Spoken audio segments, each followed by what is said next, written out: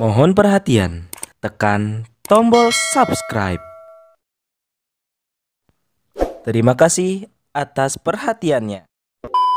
Bahwa politik uang itu masih dominan, politik cewek-cewek itu sesuatu yang tidak terhindarkan. Maka pengaruh politik kekuasaan Jokowi itu tidak serta-merta ya kemudian akan berakhir. Desain, itu yang saya katakan, desain pemilu kada itu sudah nggak masuk di akal sehat kita. Bahkan itu menjadi ancaman untuk kepentingan bangsa ini jangka panjang. Bahwa bangsa ini kemudian lama-lama menjadi bangsa yang lemah. Negara yang tidak berdaulat, itu akan menjadi negara gagal.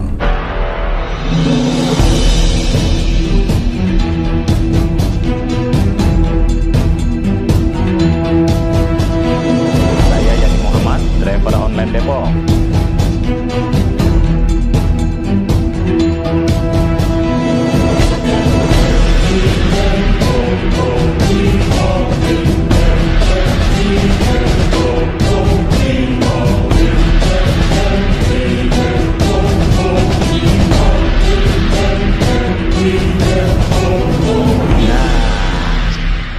Itu kan ada cawe-cawe. Nah, kira-kira bisa nggak cawe-cawe ini juga bakal menyasar kepada di pilkada? Ya, terima kasih Pak Turyadi. Cawe-cawe itu bisa dimaknai ya dalam pengertian yang lebih luas. Artinya bahwa politik cawe-cawe itu faktor kekuasaan itu akan mendrive proses pemilu kada yang syarat dengan kepentingan penguasa tentu saja, dan kita sudah dikejutkan dengan penunjukan pejabat kepala-kepala daerah baik di tingkat provinsi maupun tingkat kabupaten, dan itu jumlahnya sangat banyak, sekitar hampir lebih 200 pejabat. Itu yang pertama. Yang kedua, bahwa politik uang itu masih dominan, terutama kalau kita lihat pada daerah di mana sumber ekonomi ya, sumber daya alam yang sangat menjanjikan. Jadi dulu pernah penelitian, ada korelasi antara rusaknya lingkungan dengan transaksional pada pergantian pejabat di daerah ya, kepala daerah. Ya, kemudian yang ketiga, bahwa politik cawe-cawe ini masih ada usaha-usaha untuk melanggengkan status quo dan politik pengaruh. Ya, sasarannya adalah untuk menjaga kepentingan ya, para elit penguasa. Tetap kepentingan dalam ini adalah kepentingan menguasai sumber-sumber ekonomi. Ya. Kalau Pilpres itu kan secara nasional, Pak Tepi. Tapi apakah ini juga bisa? Karena ada beberapa daerah yang juga nggak, artinya dia menolak politik cawe-cawe. Seperti misalnya di Aceh, Sumatera Barat, atau barangkali di DKI juga kayaknya akan menolak. Jadi, ya, yang resisten itu kan tidak signifikan. Ya, di Sumatera ada Sumatera Barat dan Aceh, dan kemungkinan juga DKI. Tapi selebihnya itu kan boleh dibilang politik cawe-cawe itu sesuatu yang tidak terhindarkan. Artinya apa? Politik cawe-cawe itu masih efektif. Karena kepentingannya itu adalah kepentingan yang cukup sistematik ya. Ya, itu semua dalam rangka status quo gitu. Dan itu saya kira sukar dibantah itu. Nah, apakah masih bisa, meskipun nanti kan pada pencoblosan pilkada nanti kan Joko Widodo ini kan sudah tidak menjabat sebagai presiden. Ya, itu yang saya bilang, bahwa kepentingan untuk status quo melalui politik pengaruh itu kan sesuatu yang tidak terhindarkan. Bisa saja Pak Jokowi secara formal dia tidak lagi menjabat, tapi saya kira setiap insan politik ya, apalagi kalau kita lihat ini Pak Jokowi begitu masifnya di dalam mengendalikan kekuasaan, maka pengaruh politik kekuasaan Jokowi itu tidak serta-merta ya kemudian akan berakhir. Pernah Joko Widodo mengusulkan untuk mengundur pilkada. Ya, itu semakin memperkuat indikasi bahwa politik cawe-cawe itu tidak pernah berhenti. Ya, termasuk pengunduran waktu tadi. Itu artinya kan masih dalam lingkup masa jabatan presiden. Kemudian kedua, politik cawe-cawe itu juga tidak hanya ya yang nampak itu adalah strategi ya pelanggengan kekuasaan oleh Jokowi, tapi politik cawe-cawe ini juga akan digunakan, dimanfaatkan oleh kelompok kepentingan di dalam rangka memenangkan pemilu kada. Jadi ini bisa paralel atau bisa saling menopang.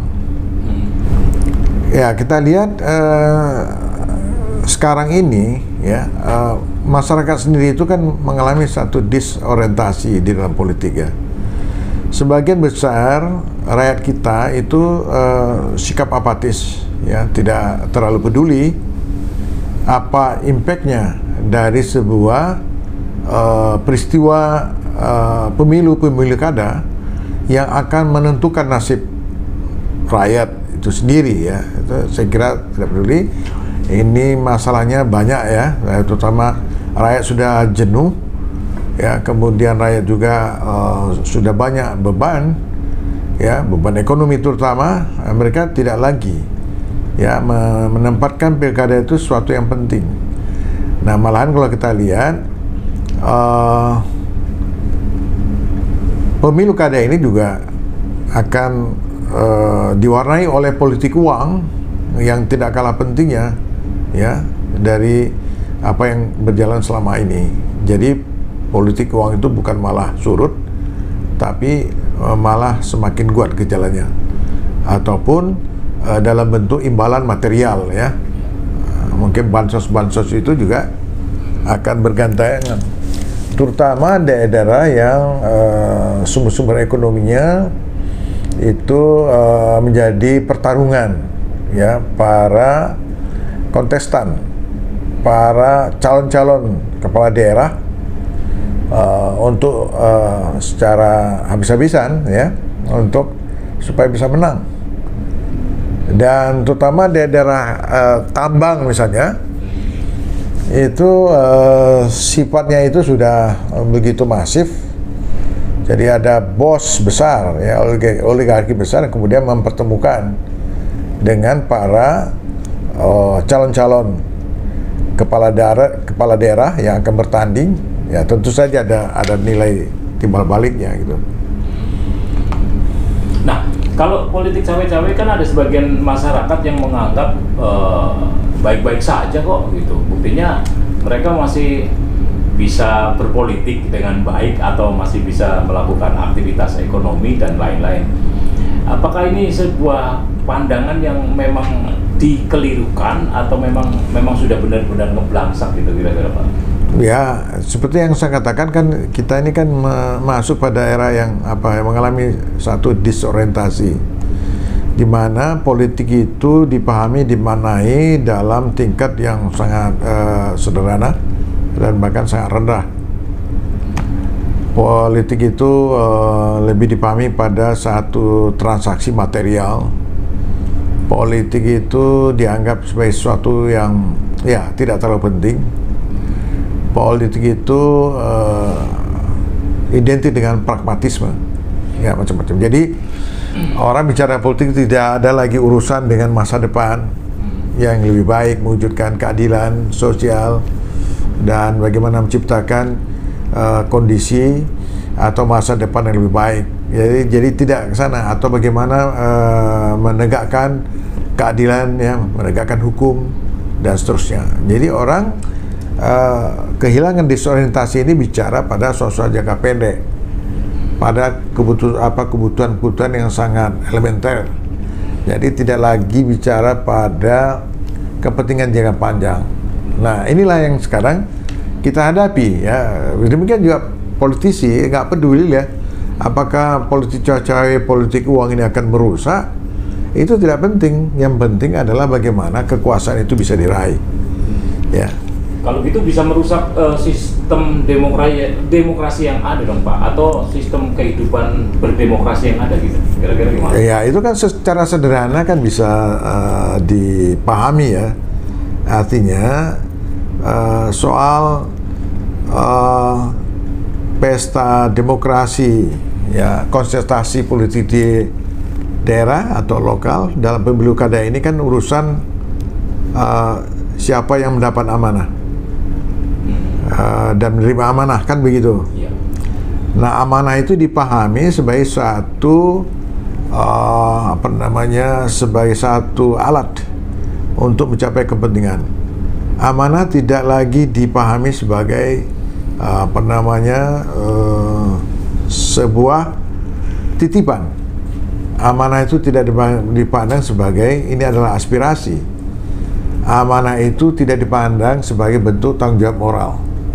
Amanah itu tidak lagi sakral yang dianggap ini ada pertanggungjawaban ya, baik kepada rakyat yang memberikan amanah maupun kepada Tuhannya ya. Jadi tidak lagi dalam konteks itu. Jadi udah nggak nyambung.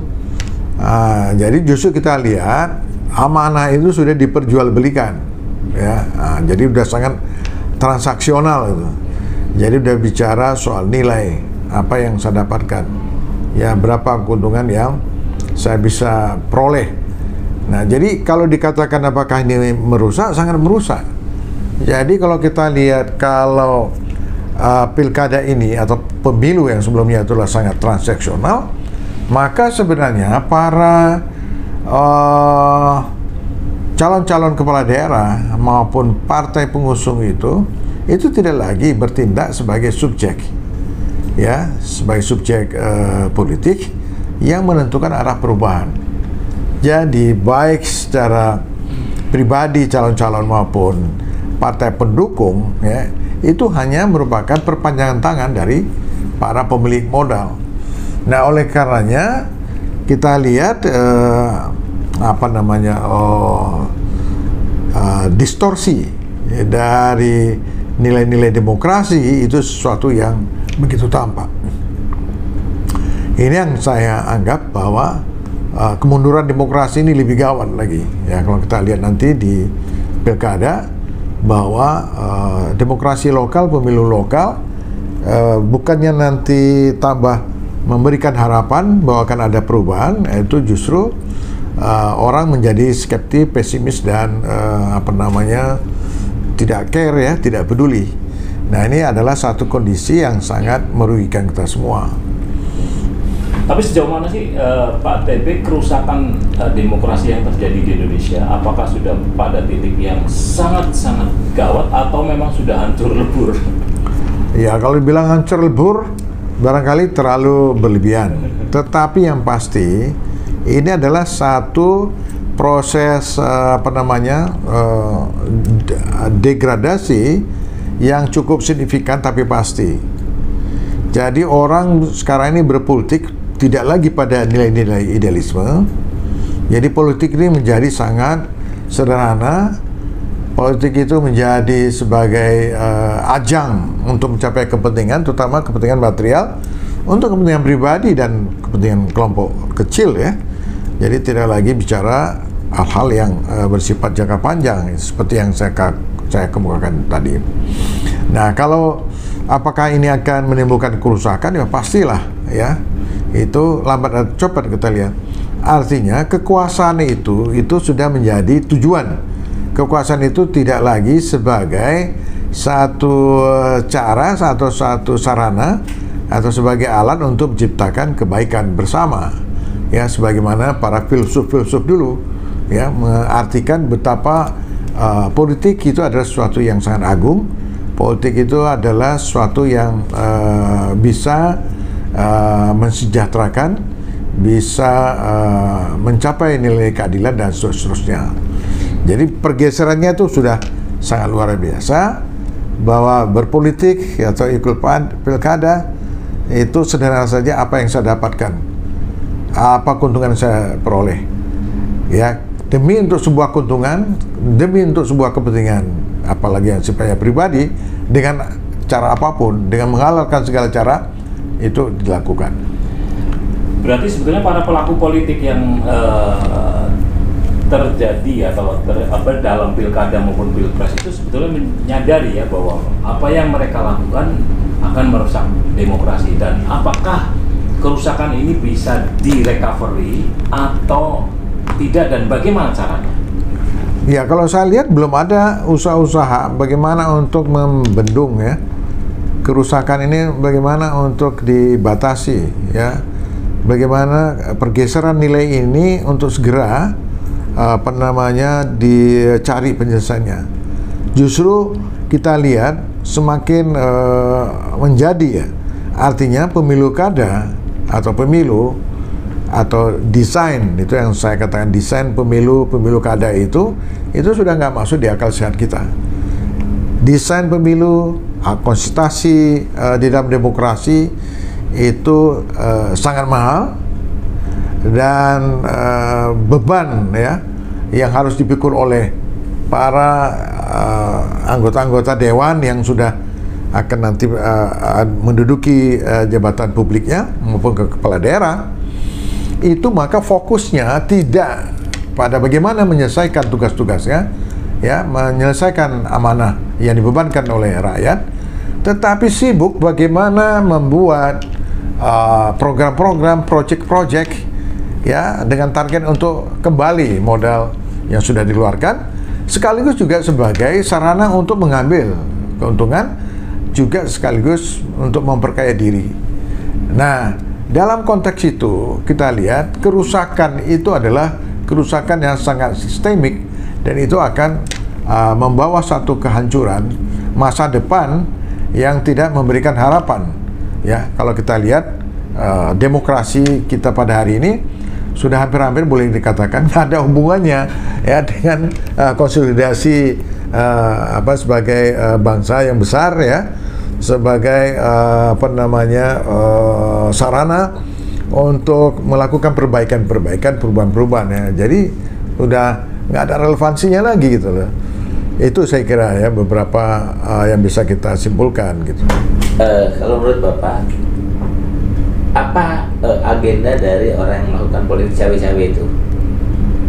Apakah hanya untuk kepentingan pribadi dengan golongannya, atau sebetulnya ada agenda yang lebih besar? Karena politik cawe-cawe itu kan nggak dilakukan hanya di tingkat nasional, tapi ternyata juga masuk sampai ke seluruh provinsi dan di Indonesia. Ya, kalau kita lihat ya, yang pertama kita bisa baca dalam pemahaman yang sederhana. Seakan-akan politik cawe-cawe itu ya tidak terlalu memberikan impact. Politik cawe-cawe ini adalah sebagai satu bentuk abuse of power, ya, penyimpangan kekuasaan, ya, melanggar etika politik, melanggar konstitusi, bahkan itu menjadi ancaman untuk kepentingan bangsa ini jangka panjang. Politik cawe-cawe itu juga bisa menjadi proksi bagi kekuatan-kekuatan strategis untuk menguasai ya negeri ini dengan agenda-agenda terutama dari hegemoni kekuasaan dan sumber ekonomi ya, sumber daya alam kita lihat, dan itu semua untuk kepentingan negara-negara yang punya agenda untuk menguasai ya kawasan-kawasan, termasuk juga Indonesia ya. Mestinya kalau otak kita waras, dengan Indonesia yang hebat, yang luar biasa ya, bangsa yang besar, geopolitik yang sangat strategis, mestinya apa yang berlaku ya pada kebijakan-kebijakan nasional itu tidak menggambarkan bahwa kita sebagai bangsa berdaulat, bahwa bangsa kita itu tidak bisa didikte oleh asing ya. Jadi politik cawe-cawe ini juga bisa dia paralel dengan kepentingan-kepentingan hidden agenda ya, kepentingan-kepentingan yang tidak tampak, tetapi ini adalah politik cawe-cawe ini cara kerja kekuasaan di dalam mencapai tujuan-tujuan tertentu. Nah, karena kita lihat hampir semua lini kehidupan, hampir semua indikator itu menunjukkan bukan pada arah penguatan, tapi arah pelemahan. Korupsi yang terus, yang sangat masif, mulai dari penguasaan sumber tambang, mulai dari perbankan, dan kemudian juga kita melihat ya BUMN kita yang tidak kunjung kuat ya. Itu ada berapa tuh? Ada juga BUMN yang terancam bangkrut. Kemudian kita gagal sebagai negara agraris, hampir hari ini masih import. Itu kan sesuatu yang tidak masuk di akal. Waktu Orde Baru justru kita lihat kita sudah mandiri ya, swasembada beras. Sekarang balik lagi ya, kita harus import, kemudian rakyat antri beras. Itu sesuatu yang tidak masuk di dalam akal sehat kita. Nah, saya kira banyak sekali indikator juga, misalkan maraknya narkoba ya, apalagi pengerusakan lingkungan, kemudian kebebasan untuk bangsa asing untuk menguasai sumber-sumber daya alam. Jadi banyak sekali indikator-indikator yang menunjukkan bahwa bangsa ini kemudian lama-lama menjadi bangsa yang lemah, negara yang tidak berdaulat. Nah, oleh karena itu kita sekarang ini mempertanyakan apakah pilkada, pilpres, apakah itu akan memberikan pada penguatan terhadap negara ini, atau sebaliknya, ya justru yang terjadi adalah pelemahan, sehingga negara ini tidak pernah menjadi sebagai suatu negara yang diperhitungkan. Pak, tadi kan Bapak mengatakan bahwa politik cawe-cawe ini merusak demokrasi. Kalau seandainya politik seperti ini tidak dihentikan, bagaimana nasib demokrasi kita ke depan? Apakah kita akan kembali ke Orde Baru yang menganut sistem otoriter, atau justru kita akan kembali pada ke sistem yang berubah, ke sistem yang mungkin belum pernah kita alami? Nah, kalau dalam bahasa politiknya ini apa yang dinamakan dengan krisis politik. Krisis politik itu paling enggak itu ada indikator krisis hukum, lemahnya law enforcement, tidak ada supremasi hukum.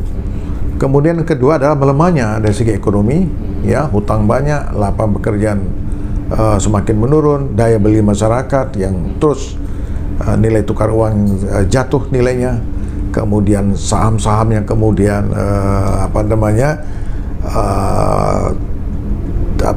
jatuh ya, karena orang tidak percaya lagi ya pada bursa saham Indonesia.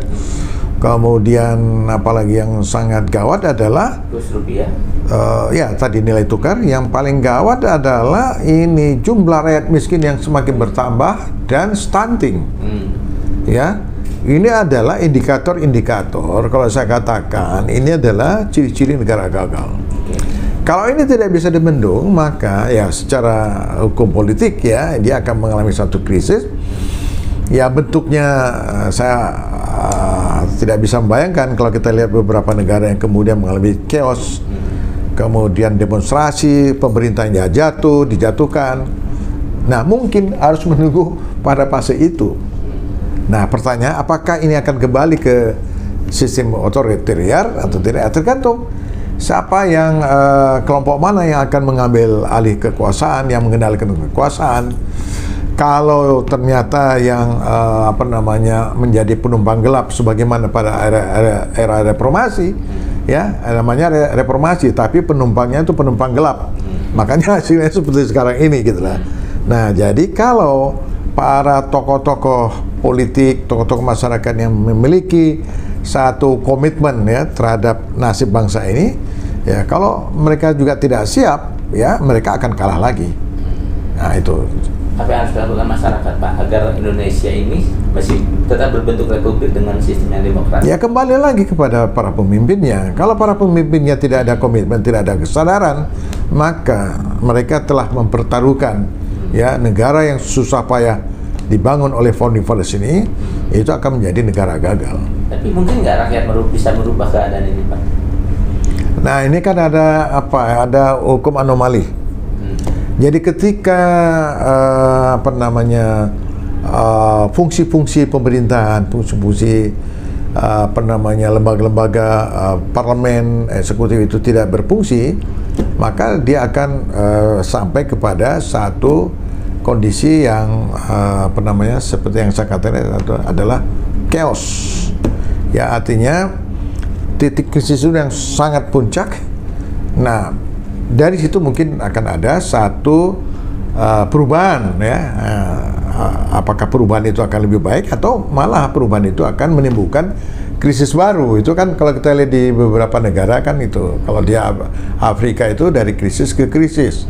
Ya, kalau di beberapa Asia krisis tapi kemudian dia menemukan jalan keluar, kemudian dia bisa terkonsolidasi lagi, kemudian dia bisa normal lagi. Nah, saya belum bisa membayangkan ya krisis yang akan terjadi ini seperti apa. Saya ngomong krisis itu 3 tahun yang lalu saya sudah bicara kita akan mengalami suatu krisis yang sangat gawat, lamban tapi pasti. Dilihat dari bagaimana penyimpangan kekuasaan, pelanggaran konstitusi, pengabaian terhadap hak-hak dasar ya dari rakyat.